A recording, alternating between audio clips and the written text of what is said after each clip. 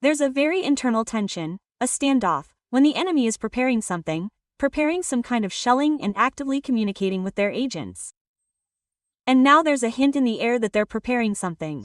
Incidentally, this is also what's saying, oh, well, it's about the Crimean Bridge again, that we have something there on the water that's supposed to boil, sink, and be buried. That is, most likely, a strike on the Crimean Bridge is simply inevitable. Today, it became known that people from several cities in Kharkiv region will be evacuated from several cities. This is a great pity, and it's important to understand that the nearest time is coming to Kharkiv directly.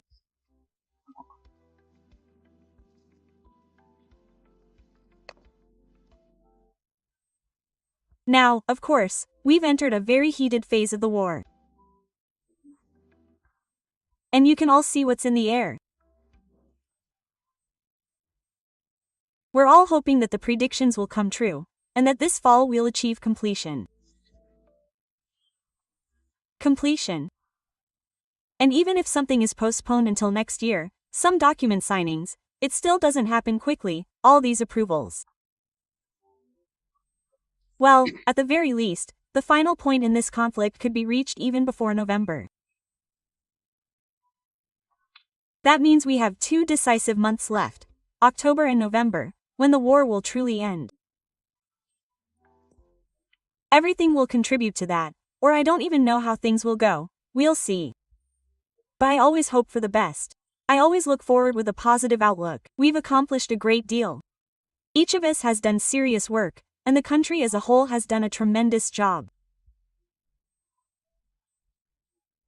Therefore, I believe that all the higher powers are favoring us, so that we can achieve peace, calm, and end this entire war in Ukraine. And the fact that the situation in the Kharkiv area is currently very difficult is not at all surprising. You know what's going on. Usually, as always, when there are no effective offensive actions, the terrorist state begins to terrorize the civilian population. Therefore, the first thing I can say is that the evacuation of these areas is not connected with offensive actions. It is more connected with the fact that there is very serious shelling and a great threat to people's lives. Let's now ask the Oracle Matrix. Is there a threat of occupation of the areas where people are currently being evacuated, and what is the overall situation in the Kharkiv area? Go ahead.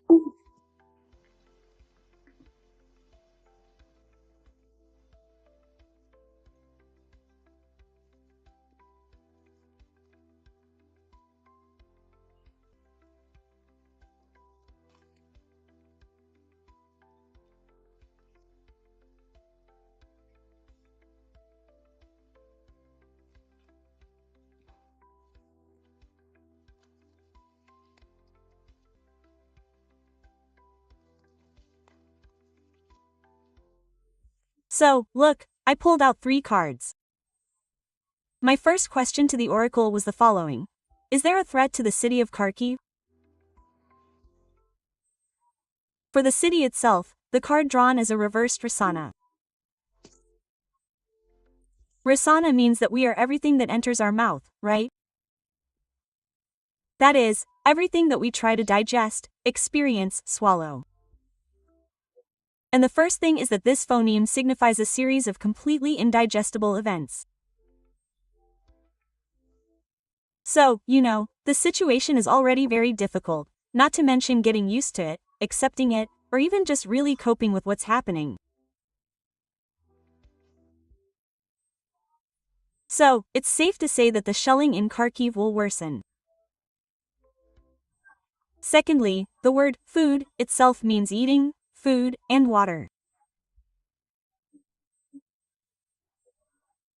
Accordingly, we can predict that they could cause some kind of collapse in Kharkiv, targeting supermarkets, warehouses where food products are stored, and factories that produce, for example, bread.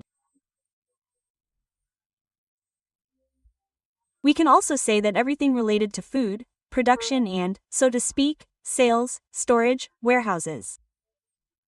Then there's everything related to water and medicine. Naturally, infrastructure could be damaged, specifically the water supply system, which supplies people with water, and Kharkiv could be left without water. There won't be any opportunity to drink clean water. The water will be bottled, and there won't be enough of it. Let's see how long this situation lasts.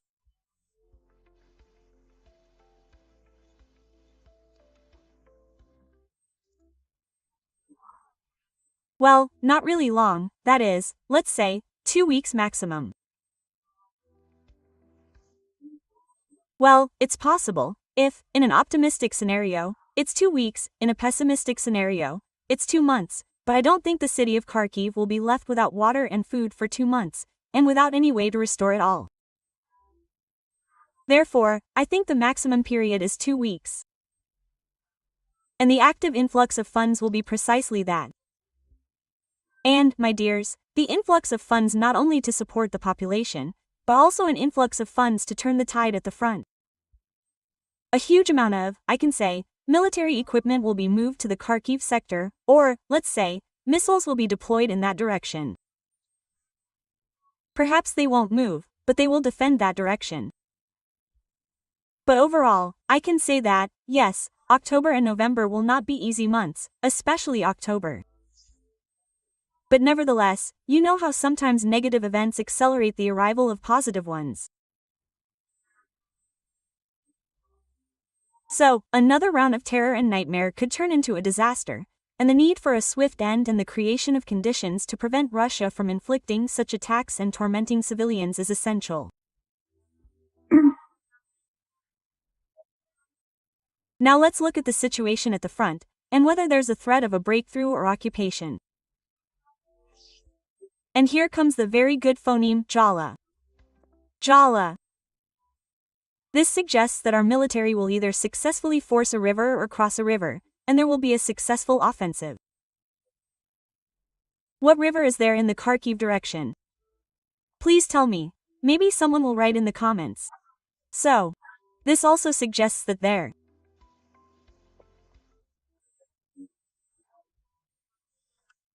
will be, some kind of change in military leadership or a change, so to speak, how can I say, a change in strategy, a change in plan, a change in, the usual military action that took place there. That is, there will be some changes in the Kharkiv direction that will facilitate our advancement. This is primarily related to a review of some military actions. They could be altered, changed again by the leadership, even tactics and everything that's happening there. Also, this is a breakthrough across the river or with the help of water. Yes, I don't know. You see, here in Kharkiv, the topic of water comes up again. Let's see if this suggests that Kharkiv could be expecting some kind of flood, because Odessa recently experienced a severe flood. Could this also be related to some kind of natural disaster?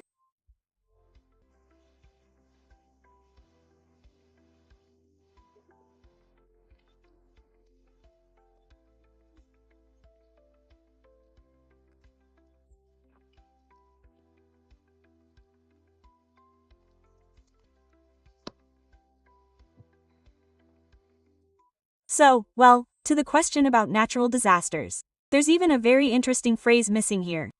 Let me read it to you. Because it says that in fact, the city is just as vulnerable to natural disasters as, for example, Odessa. That is, if something happens with the elements, well, how should I put it? There is a very, very high probability of destruction from the elements, including. And it can also be said that this element will also affect the enemy. So, for example, the enemy will experience such severe flooding that they won't be able to advance with their vehicles, or drones won't be able to fly in heavy rain, for example. So, the elements also disrupt something, the enemy's plans.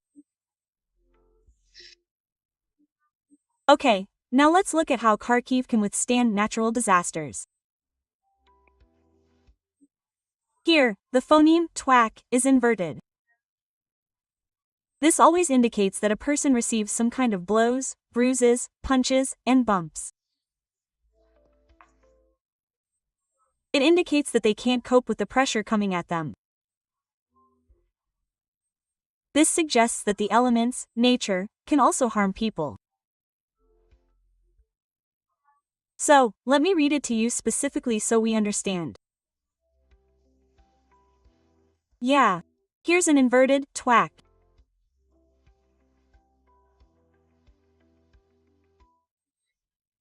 And unwanted changes in life, risks, disappointments, and involvement in chaos. If we're asking about natural disasters, then there's a risk of chaos due to a natural disaster. Now let's look more specifically at this particular word, Rana.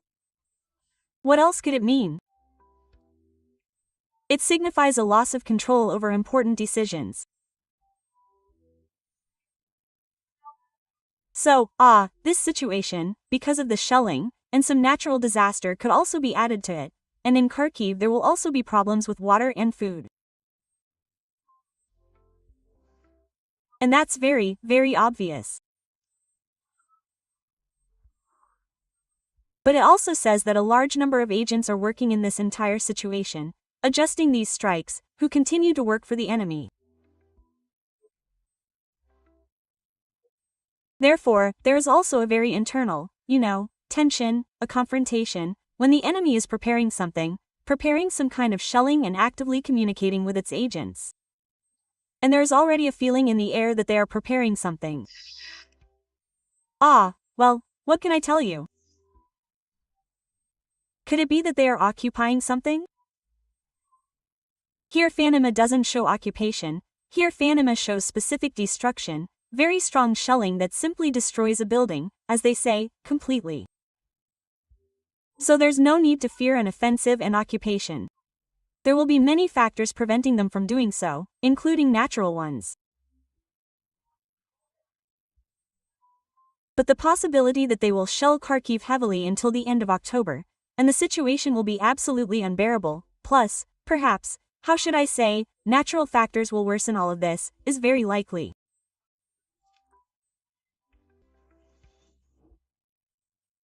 Now, we would like to, as it were, explore the vast territory of hot areas, which today, unfortunately, are characterized by the success of the enemy. We can put everything on the map. Let's also explore the Zaporizhia region directly, the Kherson region, and Donetsk.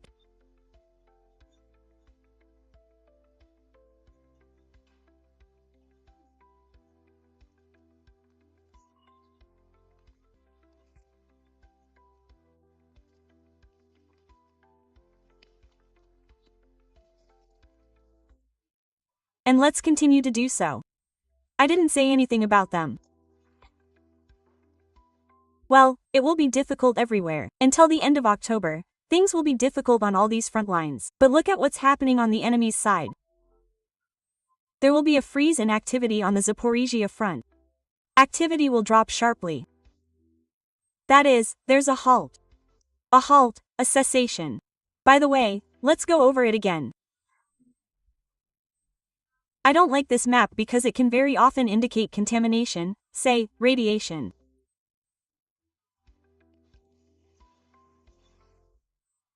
Is there still a threat of radioactive contamination on the Zaporizhia front?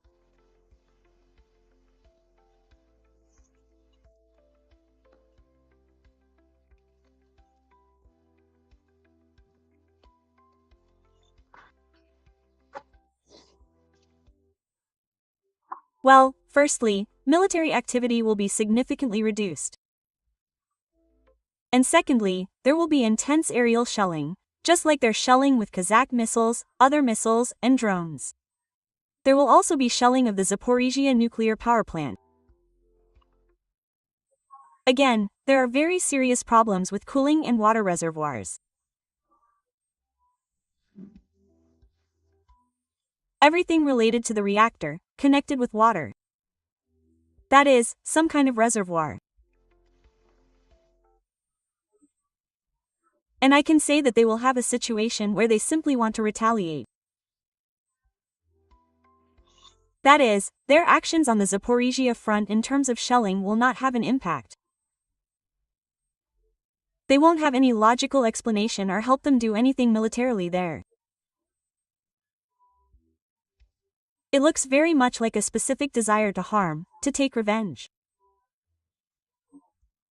Therefore, it's very, very likely that they will strike the Zaporizhzhia nuclear power plant, although, despite the fact that it belongs to them, something will still happen there, that is, they occupy it, but something will happen there.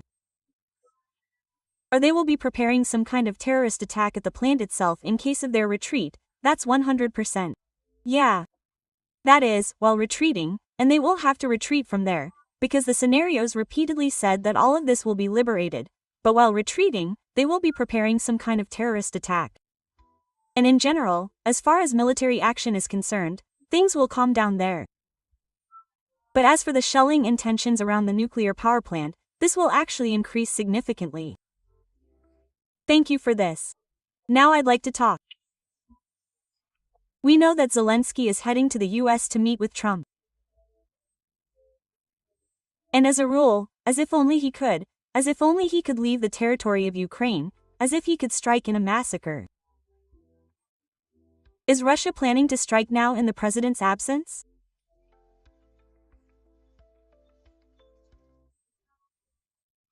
I think we have these talks scheduled for Friday.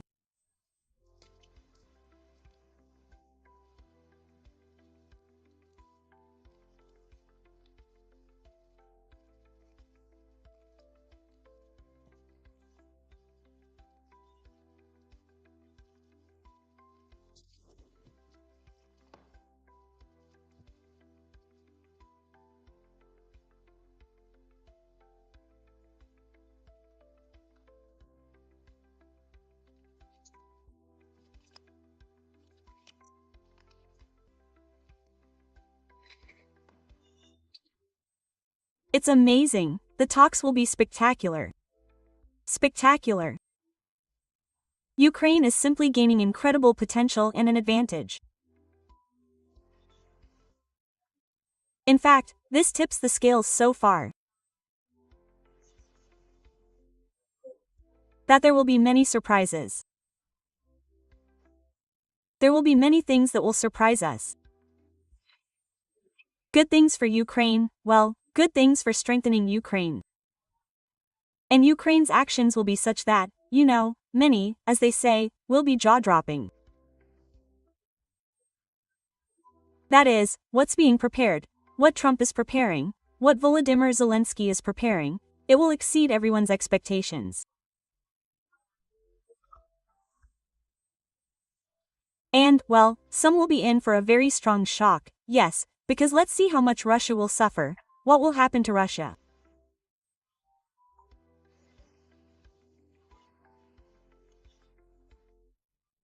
So, for example, the attacks on Red Square and the Crimean Bridge.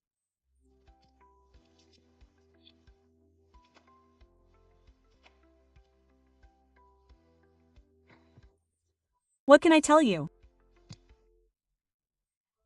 Russia will drown, drown, drown, drown. I can't articulate it right now. These are problems that are simply, a person drowning from the impossibility of getting out.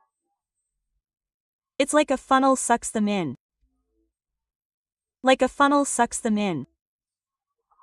But it's not really about water, it's about energy.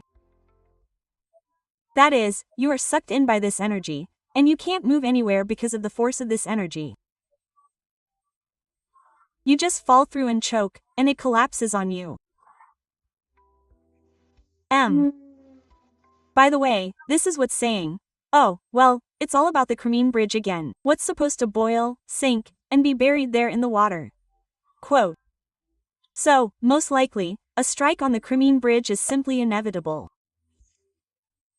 And the border with Russia will be breached. And they're most important, how can you say, Red Line is the real city of Moscow?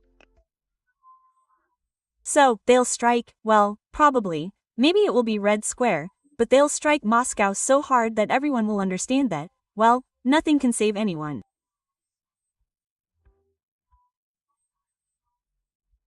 That's it, the border no longer exists, they've opened up new opportunities to reach out, and no one can hide, no one can feel safe. So, there will definitely be strikes on the Crimean Bridge. And these could also be strikes, say, by some military submarines or the remaining powerful Russian ships that are based somewhere. Oh, maybe that's true. Let's see. The Baltic Fleet. I think they'll be clearing out everything in the Baltic now. So, strikes on the Baltic Fleet. Strikes on St. Petersburg. It will be everywhere, everywhere. The Baltic Fleet will be wounded. If something doesn't sink completely, it will be damaged. St. Petersburg will also be hit. In short, I don't even, want to talk about it now. Let it be a pleasant, very pleasant surprise for everyone. It will happen soon. We're already halfway through October, 2 weeks left until November 1st. And the night before, well, this very night is celebrated, like all the holidays of the Wheel of the Year, for about a week. That is, you can't say it's just one night, because all the days after Samhain, well, say, until November 5th, are very powerful. And what are these days, my dears? These are the days when, for the only time a year, these doors of all worlds are completely removed, and, these rusty bolts creak open, these doors of all worlds. And many believe that the same thing happens at the summer solstice.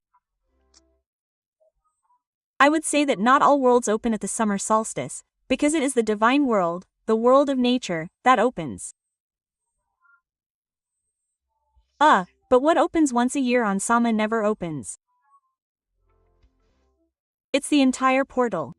The entire portal. Like we have this pyramid with rings strung on it. And the entire portal of this pyramid is open. And you can enter this portal, press the magic button, and you will be transported to that level, to where your consciousness aspires. Therefore, it is precisely during Samhain that a person can truly travel between worlds. That's why for the unprepared, especially in the northern tradition, this was considered such a dangerous time.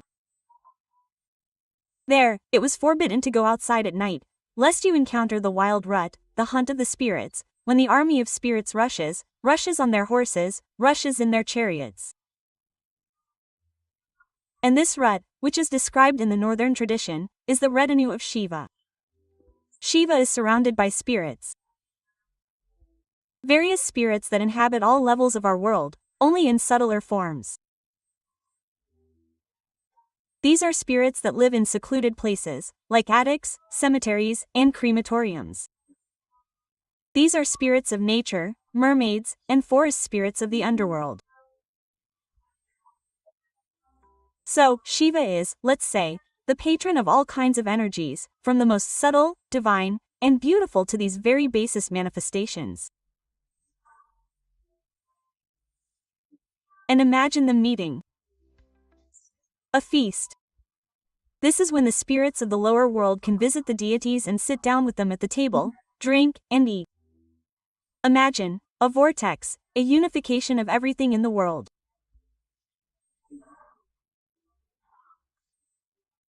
And something tells me that with all these events, this Vohanala, it feels like all the powers of the world, will turn on an interesting TV series, revel in it, enjoy it, and watch what people are doing, what's happening on Earth, and they will, how to say it.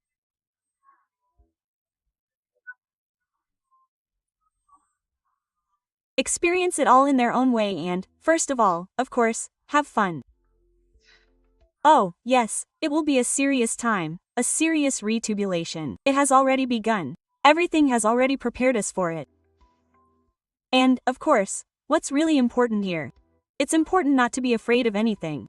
It's important to be brave. It's important to know that if you live in harmony with the universe and you live in unity with everything that exists here, with all kinds of energies, then they will never harm you.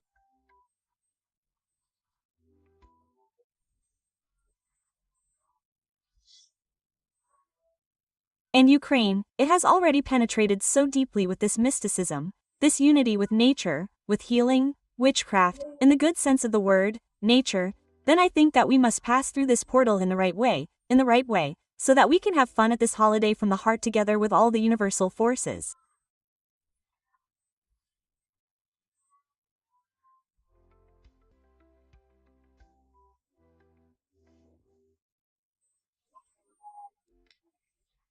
So the key for us will itself be called Elan Innes on this day to have fun and for Ukraine to be considered the shortest rank correctly. So don't fight.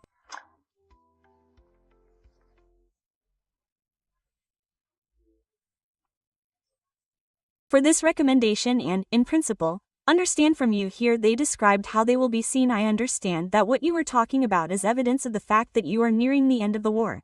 And I suspect that the very same things that you said today, nay, it's complete.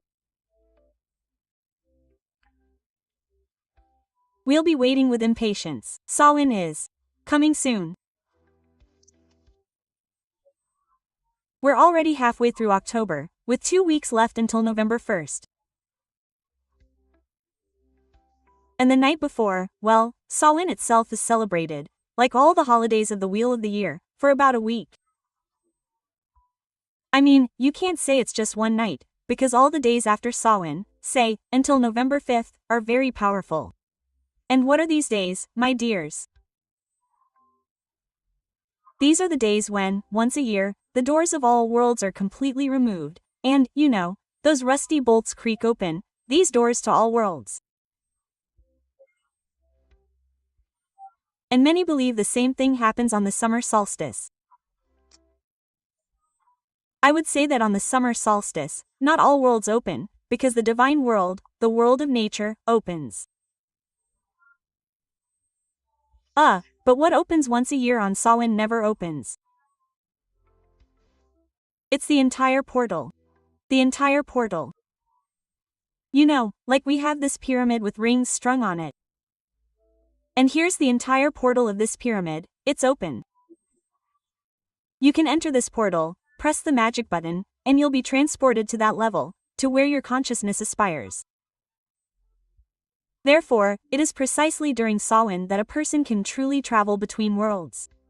That's why, for the unprepared, especially in the northern tradition, this was considered such a dangerous time. It was forbidden to go outside at night, lest you encounter the wild rut, the hunt of the spirits, when the army of spirits rushes on their horses, rushes in their chariots. And this rut, described in the northern tradition, is Shiva's retinue. Shiva is surrounded by spirits. Various spirits that inhabit all levels of our world, only in subtler forms. That is, these are spirits that live in deserted places, there, in attics, cemeteries, places of crema, spirits of nature, mermaids, wood spirits, spirits of the underworld. So, Shiva, he is, let's say, the patron of all the various energies, from the most subtle, divine and beautiful to these very basest manifestations. And imagine that they are having a meeting for a feast. This is when the spirits of the lower world can come to the deities and sit down at the table with them, drink and eat. So, imagine, such a whirlwind, such a unification of everything in the world will occur.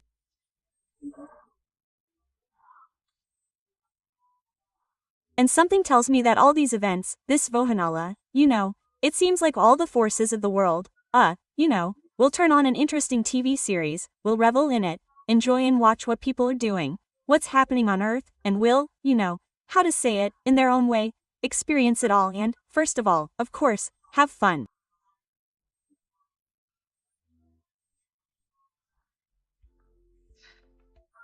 Yes, it will be a serious time, a serious perturbation. It has already begun. Everything has already prepared us for it.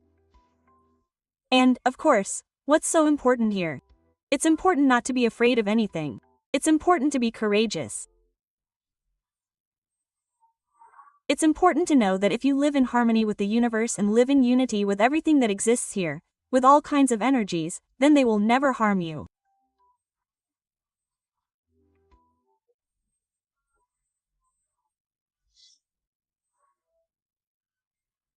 And Ukraine is so deeply imbued with this mysticism, this unity with nature, with healing, witchcraft, in the good sense of the word, nature, that I think we must pass through this portal as it should be, so that we can have a heartfelt celebration together with all the universal forces.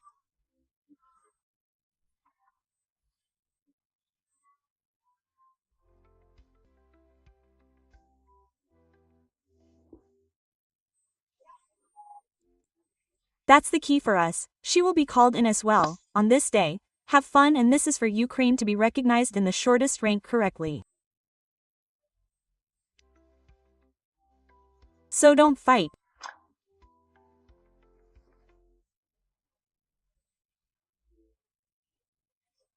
For this recommendation and, in principle, understand from you here they described how they will be found. I understand that these things you spoke about, which indicate in the first place, that you are near the end of the war, and I suspect that the very same things you said about today mischief is complete. For impatience, we will be checking on this. Yeah.